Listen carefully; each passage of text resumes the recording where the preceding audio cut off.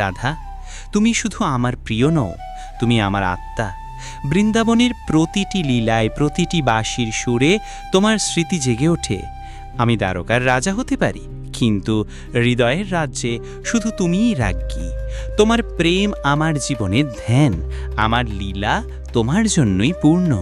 তোমার চোখের দৃষ্টি, তোমার নীরবতা, সব কিছুতেই আমি নিজেকে খুঁজে পাই। প্রভু কৃষ্ণ, আমি কখনো আপনাকে বেঁধে রাখতে চাইনি, তবু হৃদয়ে আপনিই বাস করেন।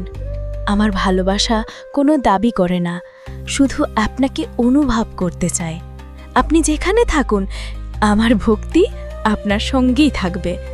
আমি জানি আপনি সবার কৃষ্ণ, কিন্তু আমার হৃদয়ে আপনি কেবল আমার। আমাদের প্রেম কোনো সাংসারিক বন্ধন নয়, এটি আত্মার এক অমর বন্ধন।